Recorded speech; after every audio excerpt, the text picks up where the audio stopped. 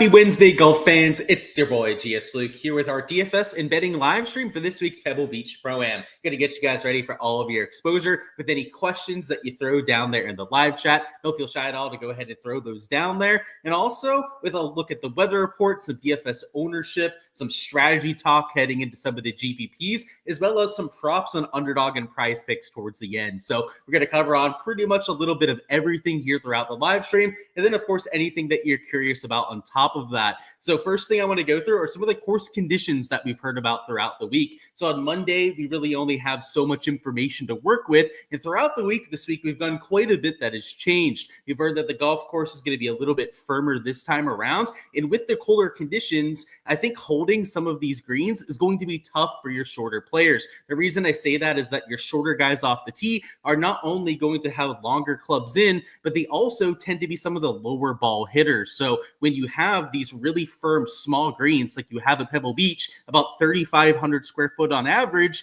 they get really tough when you have those kind of conditions. A few players said that they're not quite at the US Open level, like what they had here for that major championship, but that they're much more difficult than what you had for the last few years. And considering that last year you had over an inch and a half of rain the day before the event started, it's not going to be nearly the same kind of golf course. So when we take a look at last year's success, guys like Wyndham Clark going out there and winning, of course, a rain-shortened event there in 2024, it's going to have a completely different identity this time around. Around the green, it's factoring even more into my modeling this time around. Stats like bogey avoidance are going to come into play here in 2025.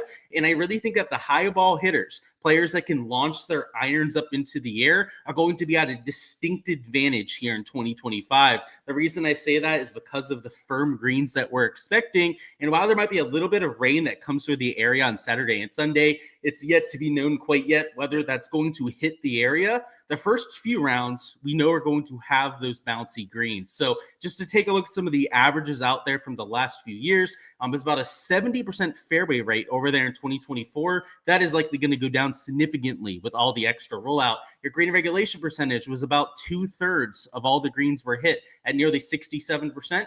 That's likely going to drop significantly. And in the past, it's been close to 55, 58% at this golf course before. And that's with even softer conditions than what we're going to have here. Now, I would say the one saving grace is that this is a signature field event. You do have the best 80 players on the PGA Tour teeing it up, but I think you're still going to see harder conditions than what you had there in 2024. So just note that with some of the stats that you have on there. Birdies probably going to go down out there in terms of an average, and your bogeys per round are likely going to go up a little bit here in 2025. So when we talk about props towards the end of this live stream, this is going to be especially valuable for us to go through. But when we take a look at some of the stat averages at this golf course, try and get a taste for what we're going to see with the scoring. Last year, I think you completely throw out, right? This 2 under par, this 1.4 under at the Spyglass Hill, I think is going to be unrepeatable. And while the year before that, this was with a much weaker field and you had all 3 golf courses in play over there in 2023, I don't know if it's going to be quite this bad, where Pebble was about even par. Spyglass played nearly an entire stroke over par, but I think it's going to be a lot closer to these stats that we had from 2023 than what you saw there in 2024. So just kind of understand that, kind of have that perspective when you're heading into this kind of week. You know, -17 is not going to be winning through 3 days. I would be probably looking for something closer to -11, -12, but to put us on a completely different type of player, right? Last year was about scores. You had a lot of putters, a lot of guys with a lot of off the tee firepower towards the top of the leaderboard there in 2024. I think it's going to be more short game guys, and then a lot of those second shot specialists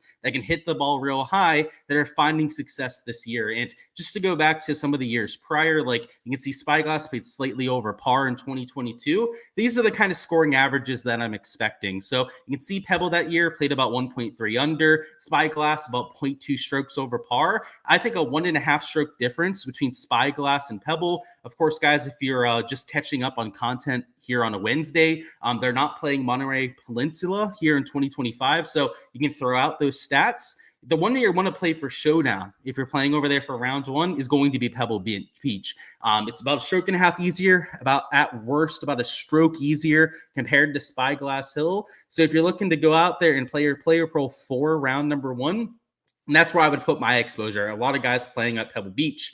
In terms of your weather for the first few days, that's what a lot of you guys come here for. Obviously, for that strategy over Thursday and Friday, it looks pretty calm out there for both days. So we're going to start with Thursday, go through all the different models. You see on most of them, sub 5 miles an hour wind over there for tomorrow, but it's pretty chilly on some of these bottom few models. HRRR has it 49 degrees at most over there for Thursday. Some of them in that 46, 47 degree range, which doesn't seem all that low, especially if you're in parts of the country where it's 5 to 10 degrees right now. But over there in Torrey Pines, over up this week in Pebble Beach in California, these are a little bit cooler than what we're used to this time of year. So just further adding on the top of the fact that it's been really dry this time of year, when you have greens that are also a little bit cooler than what you're used to, they tend to not be as receptive. So I think it's going to add into that firmness that you see over the first few days.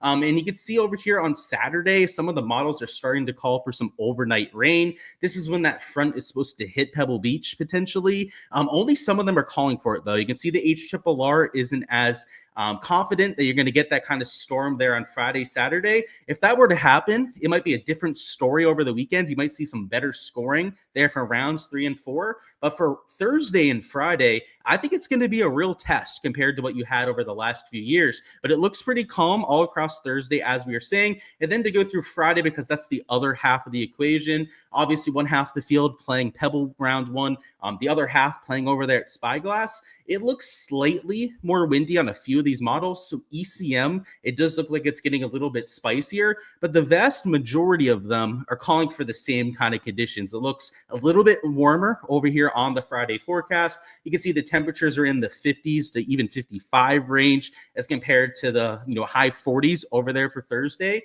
But most of them are pretty calm, like what we had for Thursday. So unless you're looking at this ECM model, which is calling for it to get into that 8 to 12 mile an hour range, all these other ones are calling for it pretty flat for Thursday, Friday. I don't see a massive edge out there between either golf course. What I'll say is that historically, when you have the windy conditions, you'd rather them be playing the Spyglass Hill course if you're talking about the 2-day rotation.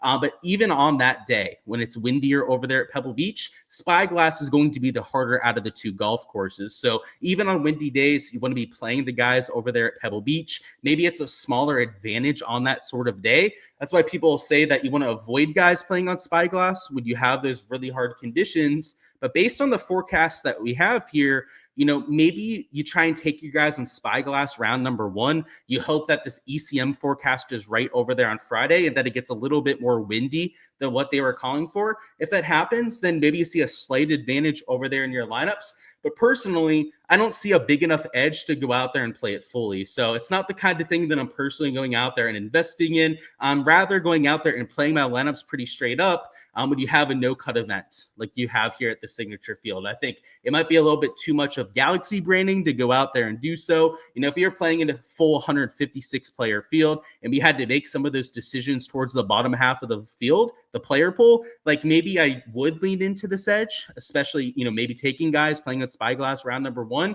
But I just don't think it's anything definitive to go out there and play. So the main thing to note, if you're playing Showdown for round number 1, isn't so much weather-based. It's knowing that you want to play guys playing at Pebble Beach. So that's my take when it comes to the weather, all of that. We're going to come over here to DraftKings here in about 5-10 minutes. But before we do so, I want to go through some of my projections and the ownership towards the top end of the board. So if you have any specific player questions, now is a great time for it. I'll see if there was anything when it came to the weather down there in chat. But I have all my ownership on here from 8K plus. So we're going to talk through some of the ownership towards the top end of the board and a few game theory notes, how I'm approaching ownership on this kind of week. Differs a little bit when you have this kind of no-cut event. And then how you should handle it towards the bottom end of the board. And of course, the ownership projections are going to cut off here at 8K. So for the rest of them, if you want to follow along with the sheet, make sure to check out the Patreon page where you can get the latest projections on there. But let me catch up on chat. I got my Red Bull here to wake me up a little bit, and let's get this thing going. What's going on, Steven? You saw a tweet saying that Spieth talked about how bouncy the course was. Yeah, a few guys talked about it. Wyndham, he mentioned it in his presser. Those were the main 2 that I noticed, but they were having a show, no laying up over there on the range today, and any players that came by mentioned that it was going to be a little bit harder this year. So it seems to be the prevailing narrative. We'll have to see if rain changes that for the weekend. What's going on, James? What's going on, Tyler? It's going pretty well. Glad to have this Red Bull. I took a little nap before we went on the live stream here, so it's helping wake me up a little bit. What's going on, Jay? Is there a course advantage for Showdown? Yeah, there is. You want to play the guys over there at Pebble Beach, so hopefully our chat was able to get that done for you. What's going on, Kevin? Back to normal? Absolutely. What plays do I like for tomorrow? What players? Well, we'll talk through a few of them, Tyler, but this is much more of a process-based show. So if you're looking for like plays, picks, that sort of thing, you might not like this kind of show. I'll just be completely frank with you. We're going to much more touch on the actual like reasons for wanting to get to players, helping people out with their process, but you'll probably get a few along the way. So just stay tuned. You'll see a few of those, but that's about all. And I sound much better this week. Yeah, I'm not sick anymore. So yeah, that's another positive we have going. What's going on? Steven said Harman has not been in his best form, but is this a course a decent fit? I would say that it is, especially if it's going to play harder. The reason I say that, it's not overly imposing off the tee. I've heard that the rough this year, something I want to add on top of the firm conditions, is that because we haven't gotten a lot of rain, the rough is non-existent from what I've heard, especially at Pebble Beach. Now, Spyglass tends to have better irrigation, so I've heard that it's a little bit more substantial over there, but Pebble Beach is barren from what I've heard from players. So it should be a less imposing off the tee. It's not a long course to begin with, but if you miss off the tee, I don't think it's going to be a big deal this week. But they around the green and then hitting some wedges like you have around Pebble Beach, that plays directly into his skill set. So I like what you're doing there for sure. Do I think the field is over or underreacting to Scotty and his injury? I would say overreacting. I've seen a few people on Twitter clowning people for wanting to bet Scotty this week and claiming that nobody's bet him or something like that. He's on my betting card. I mentioned him on my show this week, of course. So I think those people are being a little bit silly. And yeah, I'd say they are overreacting, considering that over there at Cypress Point, he was playing, I forget who he was playing, either in front of or behind. It was another one of the players. They were interviewing on one of the, I think it was on the No Laying Up podcast today, and they said Scotty was -6 through 6 holes. So doesn't seem all that rusty to me. So yeah, I would say that it's being overplayed a little bit, especially from what I've seen from some of the Twitter pundits out there. And hey, if that's going to be their take, playing against world number one, then all the power to them, right? I think that's putting your neck out there, and I respect that, right? If that's going to be your take, you're going to go against a 33% owned Scotty Scheffler, then like I said, Godspeed, all the power to you. Let's talk about the ownership towards the top. So the obvious name, Scotty Scheffler at 33%. I'm obviously not all that worried about it when it comes to the ownership. If there's somebody to play at that kind of ownership, it is world number one. I've done it for all of 2024, and it suited me extremely nicely. It was a New Year's resolution, actually, heading into 2024. 2023, I was very skeptical that he was going to keep it going. But by the time we got to the end of the year, and it was obvious that he was only getting better with the ball striking stats, I made it a thing to go out there and play him pretty much every single time that he played. And I'm not going to change my tune here in 2025. He's clearly the best player in the world. Him coming back, being -6 through 6 holes, I think tells us everything we need to know when it comes to his form. And on the range today, he looked as loose as could be. He was on the PGA Tour Live. They had an on the range show just like No Laying Up had earlier in the day. So I didn't watch the entire show on the PGA Tour YouTube channel, but I did catch the section where Scotty was on it. And he didn't look like he was grinding on anything whatsoever. And that's usually the main tell for me when it comes to watching players on the range. I do it quite often when I go to events in person. It's part of the boots on the ground info that I like to give people over there on my Patreon page and over here on the YouTube channel when we're over there on the road. But what I look for in players, typically, when I'm trying to see whether I want to play them or not that kind of week, if I'm trying to look for anything in a player, that range session's not the end-all, be-all, of course. But if someone's grinding on their game, that's usually a huge red flag, right? If somebody's out there like Victor Hovland, just going out there tinkering away 24/7, like that's a pretty big red flag for me. But when somebody's out there just hitting shots, shaping shots, and this is the real big green flag I look for, when guys are hitting swooping hooks, big swooping fades, and they're smiling, hitting shots into the wind, playing shots off of the wind, et cetera, that's what you're looking for in players. And that's what he was doing on the range. So 33%, yeah, he's going to be your most popular player, but I don't think that surprises anyone. Outside of that, though, ownership's extremely flat. So you can see here from Rory the whole way down to Patrick Cantlay, that's your 10 to mid-K of the 9K range. Your other elites, I'd say, other than Scotty Scheffler, another tier below in terms of talent level, they're all about 20% owned. So if there's anyone in this range that you're thrilled about taking in your player pool, maybe a bit I'm outright on this kind of week, play him in 40% of your lineups, right? That's what I'm doing with the Justin Thomas, the kind of guy that I want to get over the field on. If you're fading Scotty Scheffler, well, you could probably pepper this range a little bit more so than most. I'll tell you that out of these guys from Patrick Cantlay and above, obviously, I'm playing a Scotty Scheffler and a Justin Thomas, but there's two other guys that I'm using in my player pool. So, I'm getting a good portion of this top end of the board into lineups. And those guys I'm using, those 4 players from $9,400 and above, I have more than 2x leverage on all of those sort of players. So there's going to be spots for leverage to be had because of how spread out the ownership is. And it's not like you have to get crazy when it comes to your exposure. The only player you'd have to do that with is Scotty. And he's the one guy of the guys that are up there in the top 4 that I don't have, 2x leverage on. I guess that was a lie with Scotty. I'm just under 2x leverage when it comes to Scotty Scheffler. But these other guys that I'm playing here, it's not all that hard to get that 2x leverage. So if you're fading Scotty Scheffler, maybe it's 3 or 4 of these guys other than them up top that you're using in lineups. But it's the kind of week, and I prefer these kind of weeks when it comes to ownership, where it's kind of just spread out and you play your guys. There's not a piece of obvious chalk over there. Like Rory McIlroy coming over from the DP World Tour. I haven't heard anything about him, but there's enough casuals that love Rory that you're going to see him played out there in GPPs. Colin Morikawa, for as much shit as people will talk about him, he's extremely consistent. And if running any sort of stat model, he's showing up there towards the top. You can talk about Ludwig's flu game all you want, but I think people are still going to play him, especially after he said on the range today that he felt a lot better. JT with his form, I obviously love him this week. I don't think I'll be alone in that kind of assertion. Like, you can make a case for all these guys up here, and none of them are going to be overly chalky. Like Rory, great shots gain metrics. Colin Morikawa, great form. Like, there's reasons against playing them, right? Rory hasn't been on the PGA Tour for God knows how long. Morikawa, people just hate playing the guy. Right, you have the flu working against Ludwig. You have enough reasons to not play some of these guys up here, and enough reasons to play some of the less attractive options that they're all in that same range of ownership. So I think up top, it's kind of just play your guys from $9,400 plus. But down here towards the bottom end of the 9K range, and then especially when we get down here to the 8Ks, that's where it changes up a little bit, because guys like a Burns, a Fleetwood, a Sanjay are still carrying ownership. Then you have Jason Day, who I only have at about 10%. A Victor Hovland, if you can stomach the play despite all the tinkering, is there at just 10.4% ownership. Heck, even a Corey Connors. And if you get down into the 8K range, we have guys that are single-digit owned down here in this portion of the leaderboard. This is where you can start to make some of those game theory decisions. So up top, I don't think it's a place to get cute. If you're going to do it with anyone, I guess you get cute by getting off of a Scotty Scheffler. But by fading a Rory or fading a Colin Morikawa, for example, it's not like you're getting that much different to the rest of the field. So you can't play everyone up top. You're going to have to pick and choose your guys.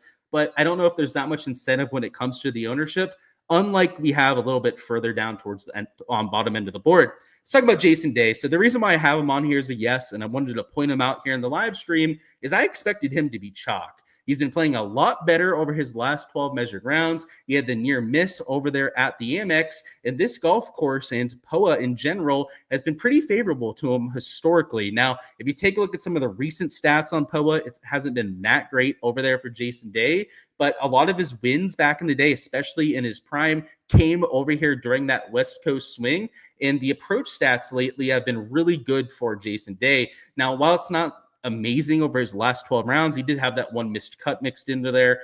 Over there at the Amex, he was gaining over a stroke approach per round. He was gaining across all 4 stat categories. Even at Torrey Pines, which maybe wasn't his best week last time out, still had a pretty decent stat profile when it came to the shots gained ball striking. So at 10.1% ownership, $8,900, he's got that high ball flight that I'm looking for in players. Also plays well when you have to go out there and grind it out. So if he's going to be lower owned than guys like Fleetwood, who we haven't seen on the PGA Tour in God knows how long, Sam Burns, who's not the best at harder golf courses when you have these firm conditions, he's going to be lower owned than those sort of players, the same kind of ownership as a Victor Hovland, then give me the pivot over here in this portion of the leaderboard. So I kind of use that as the first example of game theory towards the top. And it is the first quote unquote pivot that I have in my player pool this week. So if I'm looking for guys to get to, right, it's a lot of those high ball hitters, as I was mentioning before, and then guys that are known as grinders over there when conditions get tough. Over here in the 8K range, it's worth noting that Pendrith getting a little bit of steam. Last year's champion, Wyndham Clark, at just under 13% ownership. But guys like Will Zalatoris have got at 8%, Tony Finau at just under 9% ownership. And while I'm not playing everyone here that's a pivot in this 8K range, like Jordan Spieth, I know he's blacked out over there, like he's sub 3% owns, like I'm not even playing Jordan Spieth this week. And you guys know, maybe the biggest Jordan Spieth fan ever, I'm going to have to see it first before I go out there and play them.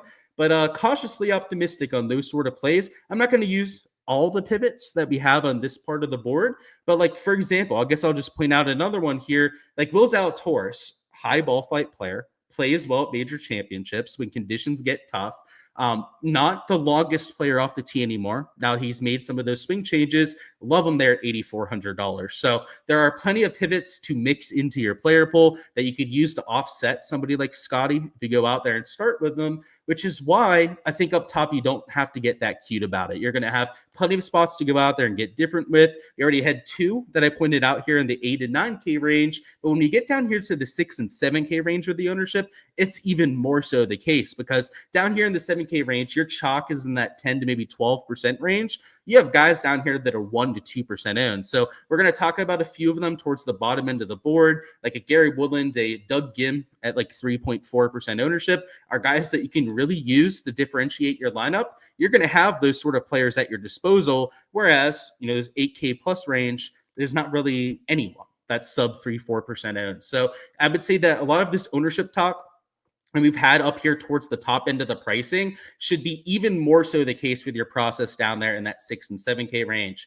Let me see if there's any specific players that you want my take on. And if not, we're going to go through some value players and game theory down towards the bottom end of the board. How do I feel about Spieth? So how do I feel about him? I hope he has a great week, but really all I can say is that I hope that he has a good week, because we have no idea how he's going to react to having that surgery, having all that recovery time after having the wrist surgery. It was done in August, so he's had a lot of time to recover. He said that he wanted to play at the Century, but ended up siding against it just out of precautionary reasons. So I think that he's been healthy for the last month or so. He probably has been playing a lot of golf over the last month or so, but he hasn't been doing it in a competitive arena yet, right? And that's really the big thing with these players. A lot of times when they're coming back from injury, they're going to look good on their home course without any sort of pressure, but you put them out there at a PGA Tour course and it completely falls apart. That's kind of what I think is going to happen. I hate to say it, Tyler, because like I said, I'm a big fan, but you have to think that you want a few events under his belt before you go out there and play him. Few minutes late. What's going on, Ross? Better to have you late than never. Let me know if you have any questions. What's going on, David? Im or Sam Burns? So if I was choosing between those two players, the first thing I'd be asking myself is how chalky is my lineup, because both are in that same kind of ownership range. But if we take a look at both of them, I've got Sanjay at 15.3%, Burns at 14.8%. So it's only a 0.5% difference. I thought it was going to be like a 2-3% difference, but a little bit closer than I imagined at first. So ownership's probably not a huge factor between those two players. I actually modeled them pretty similarly as well. You see the recent form. One's 36, one's number 47 in the field. I don't like either one this week, if I'm being completely honest with you. But if I was choosing between the two, I would go with Sanjay Im just because he fits the harder course narrative just a little bit better. Sam Burns, I like playing him at Birdie Fest. I like playing him at courses where you can kind of spray it off the tee, which with the lower rough this year, it's kind of the case. So I think off the tee, it fits a Sam Burns. But when you're talking about around the green, hitting iron shots into really small greens, like that screams Sanjay Im, does it not? Like he grinds it out. He just played well at Torrey Pines, another difficult golf course that we have out here. That's probably where I would lean. But I've got to say, Sanjay Im, he's so up and down that even though he had a good week last week, I don't know if I have that much confidence in him. Like I've got to mention that, because that's why I don't like Sanjay Im this week, is he is so inconsistent, so hit or miss when it comes to GPPs that I don't know if I could stomach it. What's going on, Sully? What's up, Luke? Smash the like button, everyone. Going well. Welcome on into the live stream, Sully. And yeah, you heard the guy. Go out there and smash the like button, guys. Steven asks, have I boosted around the green with my course rankings? I have, yeah. And not just around the green, but especially shots gained approach. From what I heard, the targets this week are just going to be about half the size of what you normally have. And the reason why approach play would really be the main thing I think you want to boost is you have 3,500 square foot greens. They're already small, but if they're firm, that means they're going to play to about half the size. So they're playing to like 2,000 square foot greens, which sounds unfair because it is. These greens are not meant to be played firm and fast. The kind of conditions you've had in Pebble Beach have been near drought conditions for the last few months.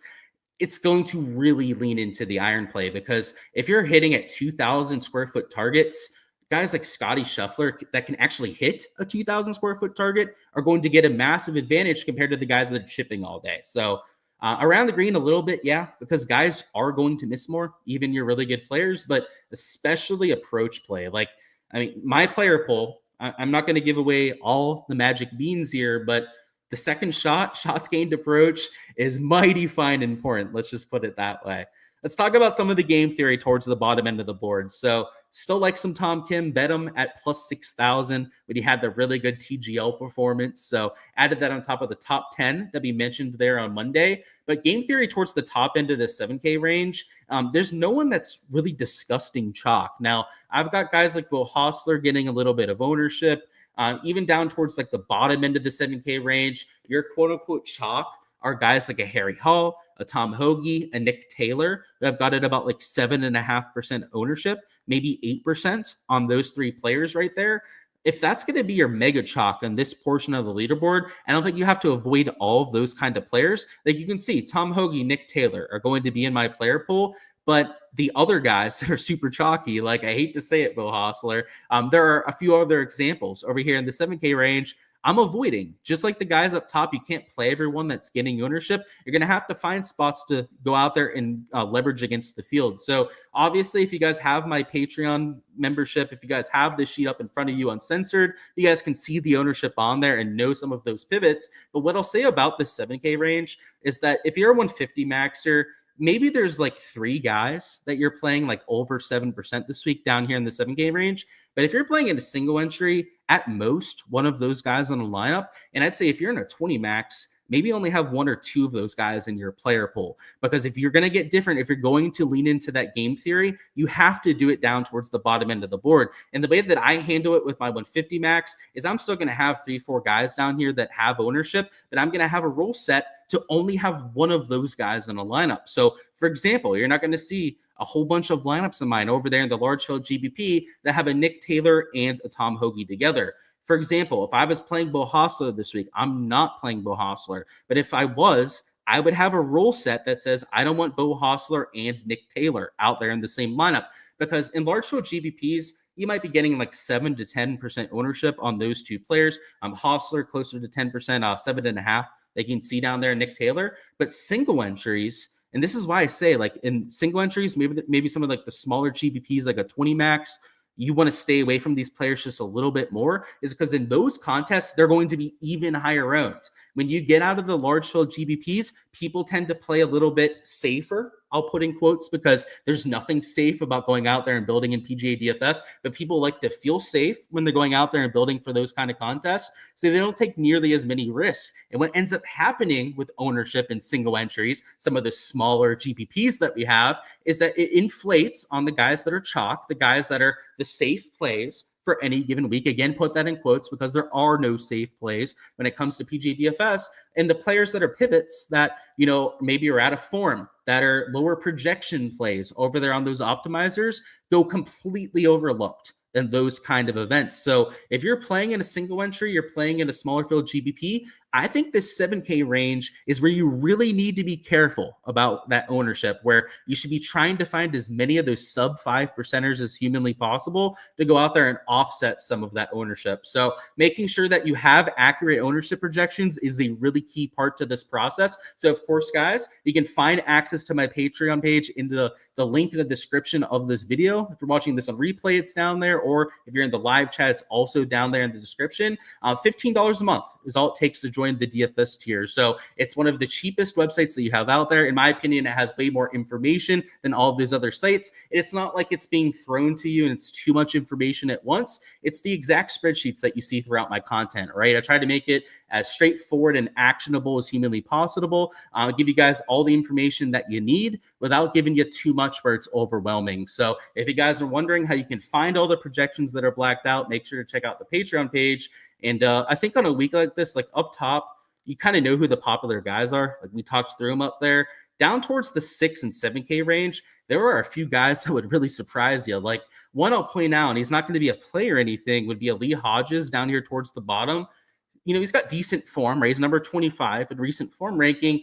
You wouldn't think that he's chalk on this kind of week, but he is down there at $6,200. And I can tell you, he's like in that 5-6% range when it comes to large field GPPs. But in single entries and some of the smaller field GPPs this week, Lee Hodges might be 15 to 20% owned. Like, mark my words, some of like the big 555s, that sort of stuff, Lee Hodges is going to be like the most popular guy towards the bottom end of the board. So a lot of these ownership numbers, a lot of the game theory comes down to the contest that you're entering. So hopefully our discussion there gives you a little bit of insight on how to handle that. And now let's talk through a few plays I'm using down towards the bottom. So Tom Hoagie's one I wanted to point out. So you already know I'm playing him at about 7.5%.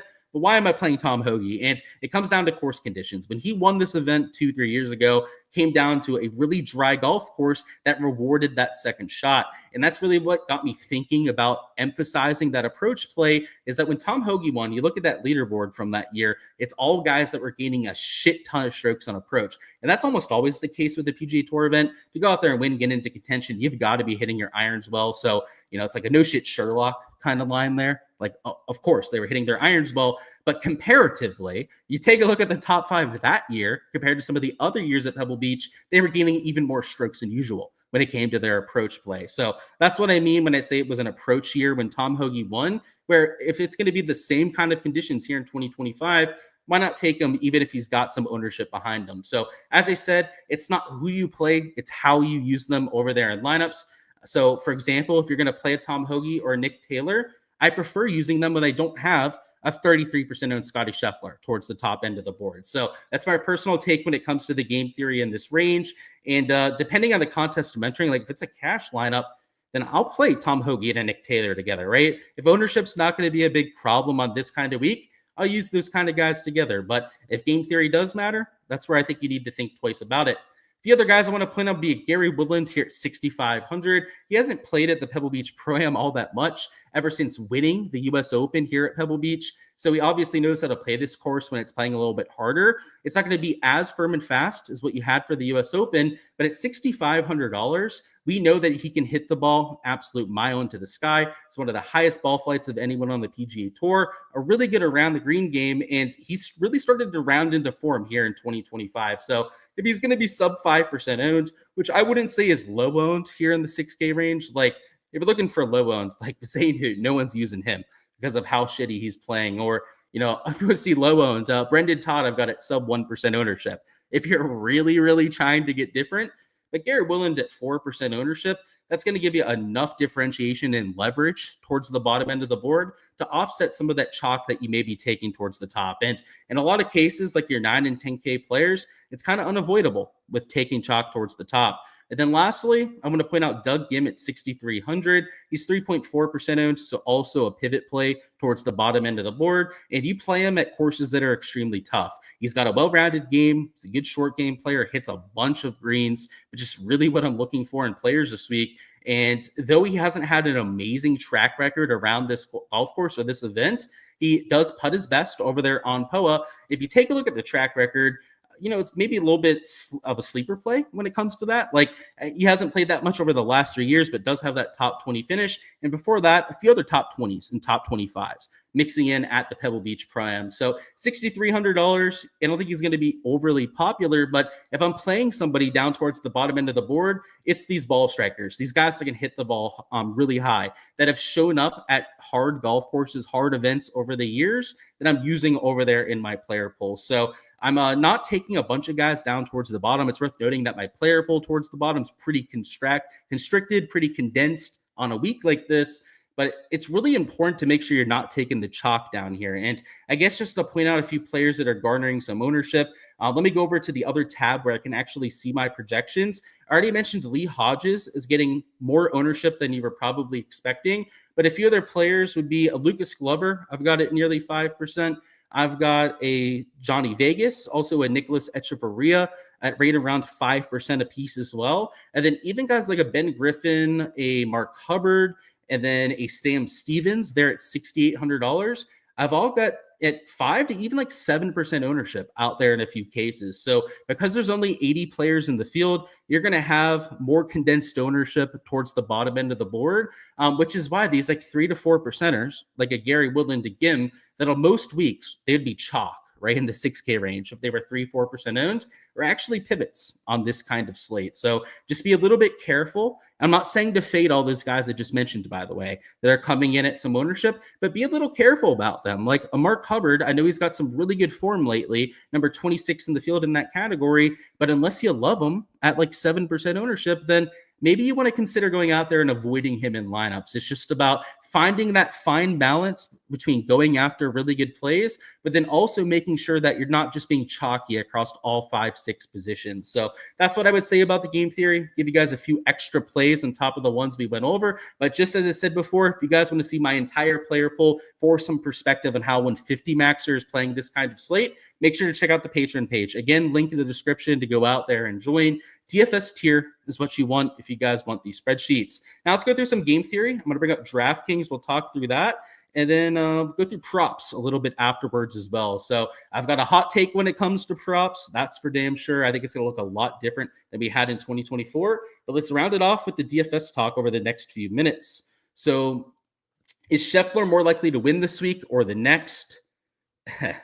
I think he's very likely to win most times that he's teeing it up. But the conditions that we have this week, I would say this week, I'd like him a little bit more.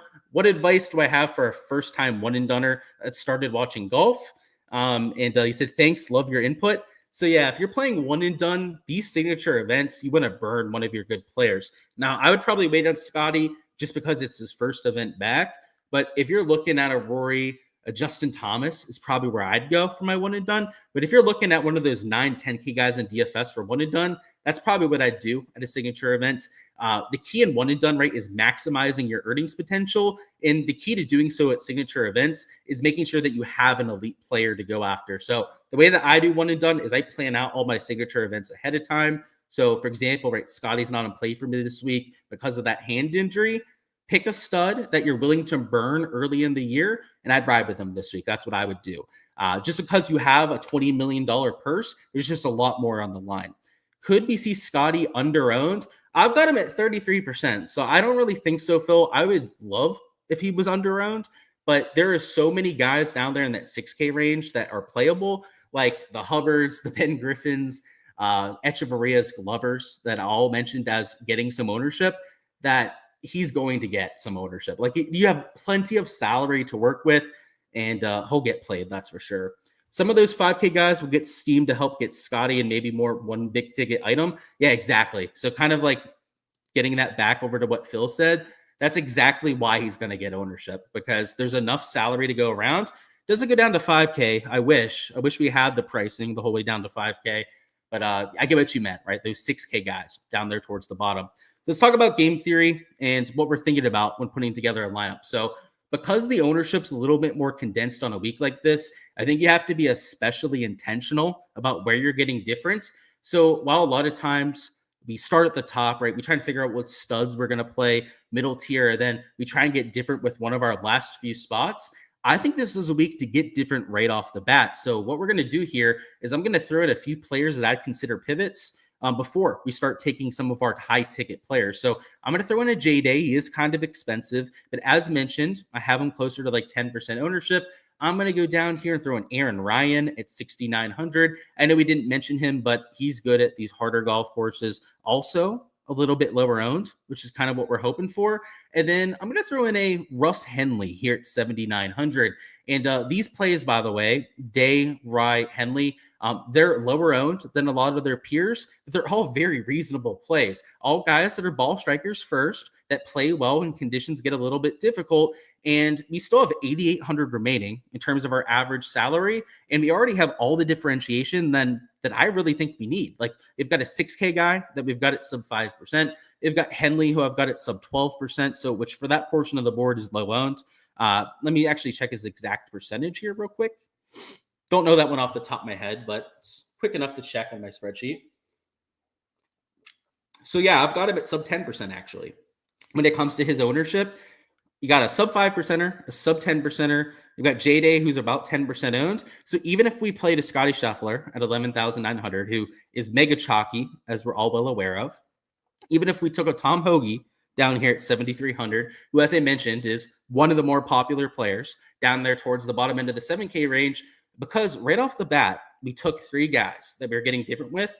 I want to say that no matter who you play for the last man in here, that you could get away with it.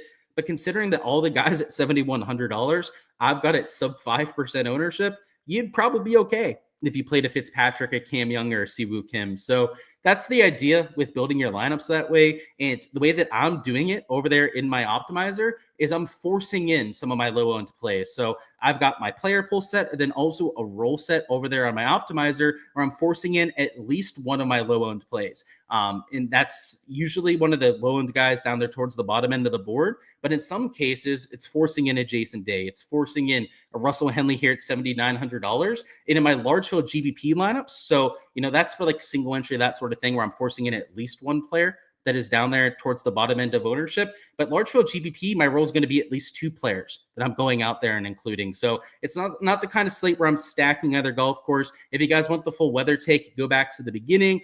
It looks really flat the first few days. So I just don't think there's a whole lot there to go out there and play. It's more so one that you have to worry about the ownership, and it's a no-cut event. So anytime we're at one of these no-cut events, the ownership's a little bit wonky, makes our job a little bit harder, but just be intentional about it. I think that's the best way to go out there and make sure that you're building proper lineups is before you start taking some of those guys that are 30 to 15 to 20% ownership, have your pivots already placed into your lineup. So I think if you're playing single entries, you're hand building over there for this week. That's how I would go out there and approach it. But as he said on optimizers, setting roles could be the way to go out there and do so as well. So normally I don't worry about it all that much when it comes to setting roles for differentiation. Like in my optimizer, I usually set a product ownership max, and that's what I do out there for most of my lineups. But the reason why it changes on a week like this is the ownership dynamic, right? When it's 150 something players, a lot more spread out, I'm not worried about duplicates nearly as much because there's just so many players to choose from where it's not nearly as likely to go out there and duplicate with other players. But when you have an 80 player field like this, I know it seems like, it might be twice as likely to go out there and duplicate. It's not twice as likely, right? If you know anything about statistics and all of that, it's exponential going from 80 players to 156. So it's more like a couple million or even trillion times more likely that you're going to go out there and duplicate in this situation. So that's why you have to be a lot more cognizant about it when you're in this kind of situation, and why handle it a little bit differently compared to most slates. Let's see. Rye gets the benefit of wearing 2 gloves. Yeah, if it gets rainy on Saturday, Sunday, you're spot on. Hit the nail on the head there. He's going to have the 2 gloves to work with. But that's all I've got for the DFS side, guys. If you're just here for that, go ahead, smash the like button on the way out of here. Best of luck with all of your lineups. But now we've got some prop stuff to go through. So if you're just here for DFS, I get that. Only thing I ask is that you smash the like button before you hop on out of here. And also subscribe so you don't miss any of the content to come, which will include showdown stuff for rounds 2 through 4. So rounds 2 through 4 will be over there on the Ship It Nation YouTube channel. Same thing we've been doing the entire year. So make sure to tune into that out there for Friday through Sunday. And then afterwards, we'll do the prop and betting stuff afterwards. That'll be over here on my channel afterwards when we're over there on the Ship It channel. So let's go through some of the stat averages. So I promised you guys a hot take when it came to the props. And if you saw my article, this, by the way, is over there on the Bet the Number blog, which I'm going to go ahead and throw this link down there in the live chat again. If you guys haven't already subscribed to it, it's a free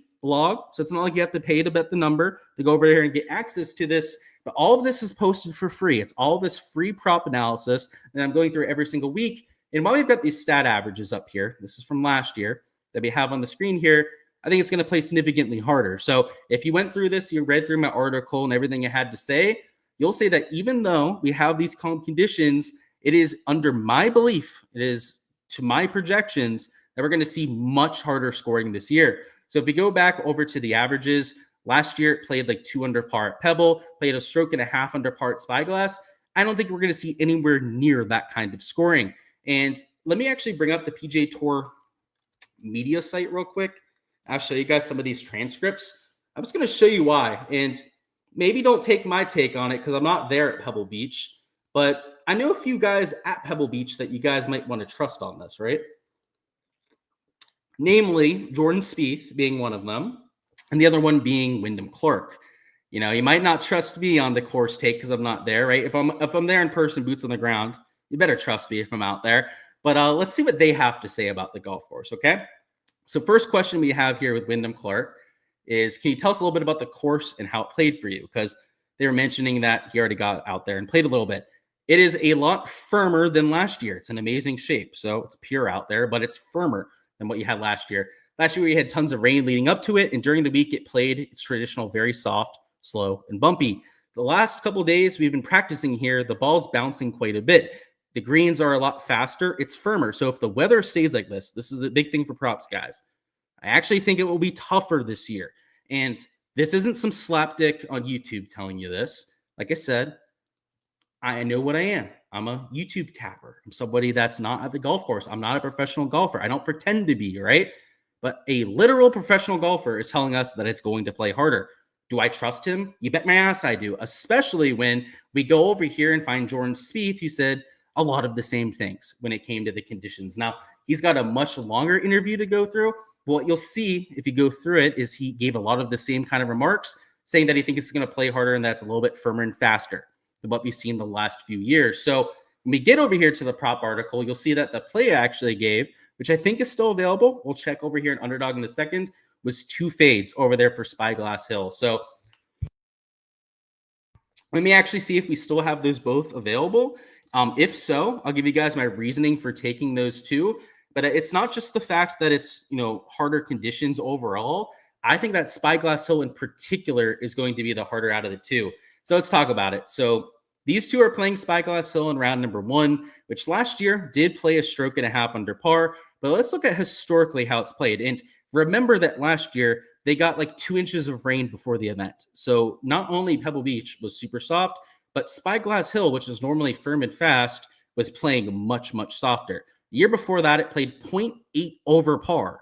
Played, 2.5 strokes harder than what you had there in 2024. Year before that, a little bit easier, but still 0.2 over par. Year before that, it played 0.8 over par. Year before that, it played nearly 0.9 over par. Now, 2019, it did play under par. So what we saw last year is not out of question. This playing under par is possible on a softer year.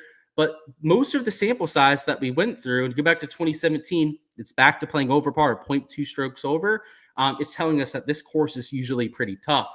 And the key differentiator here in 2025 is that you haven't had all of those rainy conditions. It's going to be cool over there tomorrow. So rather than that 1.5 under par scoring average that you had from last year, I've got it at even par to potentially even over par over here in 2025, which when you take a look at the numbers that they have over here on these sports books, Underdog, Prize Picks, that sort of thing, does not agree with them, right? Like, I'm not afraid to stick my neck out when it comes to these conditions, right? Talking about how I think a golf course will play. A lot of times these sports books get things wrong, especially when it's round 1 of an event after having, such different conditions from year to year. And I don't think that they've necessarily accounted for it. So over on the sports books, Sepp Straka's at 71.5 strokes. He is like minus 150 for the under, though. Hence why he's down at 71. I'll still fade him, though, with the push equity there at -1. And then Billy Horschel, last I checked, he was like even money at that kind of number, which we'll double check to see. So yeah, he's like, I guess, minus 120 for the over. So yeah, pretty much even money out there in either direction. It's not like these are like plus EV values and why I'm going after them. It's that I think it's going to play a stroke to maybe even a stroke and a half harder than what these sports books are accounting for. So obviously, if my weather lean is correct, these would be values, because if they had him at 71.5 and it plays a stroke and a half harder than what they think, he'd be at like 73 strokes. So obviously, if I'm correct about the course lean, then I'm going to be locking in value over here. So that was the idea over there with those two props. The reason why I think Spyglass is going to play a little bit harder are the green complexes there in the around the green shots are a lot more difficult. I'm talking really slippery greens, get people chipping on the greens all the time around Spyglass. And though they're larger green complexes than what you have there at Pebble Beach, it's like 3,500 square foot as opposed to 5,000 square foot greens over there at Spyglass Hill. Being on the greens at Spyglass when you're like 70 feet away, it's pretty much like you've missed the green. Like you're still going to be hitting a chip shot to try and hit the rest of the green there. And with how slippery they are and how firm and fast we've heard the golf courses are, I mean, that could turn into carnage if you get some wind out there on Thursday or Friday. So that's why I'm taking these two overs. The added benefit of fading a Sepp Straka is he doesn't have the best short game. I already told you guys, I think these greens are pretty tough. And then Billy Horschel, he's lost strokes to the field in 4 out of his last 5 events over there on the PGA Tour. So I put that link down there in the chat, guys. If you guys want to get instant access to all these free props that I'm going with, you can check it out over there on the blog, and everything is documented, right? I've been posting my results over here on the blogs. You see that the first few weeks we went 1-1. So ended up losing a unit both of those weeks, which kind of sucks, but we were close. It was 1-1. A hook kept us from the full cash there in week 2. So if JT Poston would have made one more birdie, that would have been another cash. But our last 2 weeks, Amex went 2-0. We made nearly 2 units profit. And then last week, we had over 2 units profit with our slip over there at the Farmer. So it's been a good last 2 weeks. We're going to try and make it 3 free cashes in a row. And for the sake of the live stream, that's going to be the slip that I go with. But I did have some props that I entered over there on Prize Picks. Of course, guys, for access to all of those can be found on the prop tier over there on my site. And what I'll say is that those are also available on Underdog. So if you only play on Underdog, those Prize Picks props can be played over here on this site. But it's for a pars or better line. And then the other fade was for birdies or better, actually, over there on Prize Picks. So if you guys want to get that 2-leg slip, make sure to check it out, as well as for all the different pieces of exposure that I'm playing throughout the weekend. As we see the averages tomorrow morning, my favorite slips to go out there and enter for PGA DFS are actually after we've seen play, because, you know, I gave you guys my thoughts about the golf course. I think it's going to play harder here in 2025. But tomorrow morning, we get to see if I'm right or not, right? The first hour or so of play, you might want to ignore some of the stat averages. But when we get to like the 2-hour mark, when some of the last groups are starting to get out there, you know, just as we're getting to that point, we're going to get a really good taste for the scoring average. And if it's playing around even par, or God forbid, if it's playing over par, like I think's possible, you know, you might want to go out there and spam some fades over there for Spyglass Hill. The beauty of being on the Patreon page is you're going to see my thought process over there in the morning, as well as catching all of that late action that I'm entering, which historically, you know, I'm very, very prudent about going out there and tracking my exposure, not only the types of props I'm entering, my ROI, of course, like that's the main reason I do it, but also when I'm entering slips and how that correlates to ROI, the ones that I'm entering after lock, so after the first tee time has started, are like twice the ROI as all the other bets. And it's really easy to figure out why, right? When you have that information, we know how the golf course is playing, you have infinitely better chance of going out there and finding success. Now, the sports books can react to that, but if you're quick enough, like I am, right, you're on top of it as play is going on, you can catch some of that value before it goes out there and drifts. So make sure to go out there and check it out if you guys haven't already. But that's all I've got for the live stream. I'll see if there's any last second prop questions to go through. But yeah, the same thing that I applied over here in Underdog can be applied to Prize Picks, right? I think conditions are going to be significantly harder. So whether it's unders on pars or better, unders on birdies, or overs on strokes over there on Prize Picks, if you can find some line value, make sure to do your line shopping out here between either site. I'm not against a lot of those different plays. Now, as you heard the Seth, right, I was looking to fade the short game. Billy Horschel came down to the form. I think you should have reasons on top of just conditions to go out there and fade players. But that's the general consensus for the board. Is I think that they're pricing it a little bit too low for the firmer conditions that we have this year. And yeah, that's my take from that side of things. All right, let's see. Would I fade Pebble Beach, guys, for Draftkings as well? So if you mean for Showdown, yeah, I wouldn't, Mark, actually. It's the easier of the two golf courses. So you're going to have to tell me what you mean, because if you mean a DFS, no, those are the players that we want. If you mean for like strokes, then yes, like I like some overs on strokes over there as well, but I think Spyglass is the better place for it.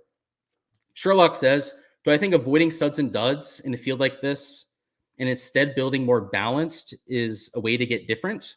or are you sort of leveling yourself? So it's a good question. I think studs and duds will be popular, but anytime you have those lineup construction questions, I think sometimes you galaxy brain it too much by only taking one kind of build.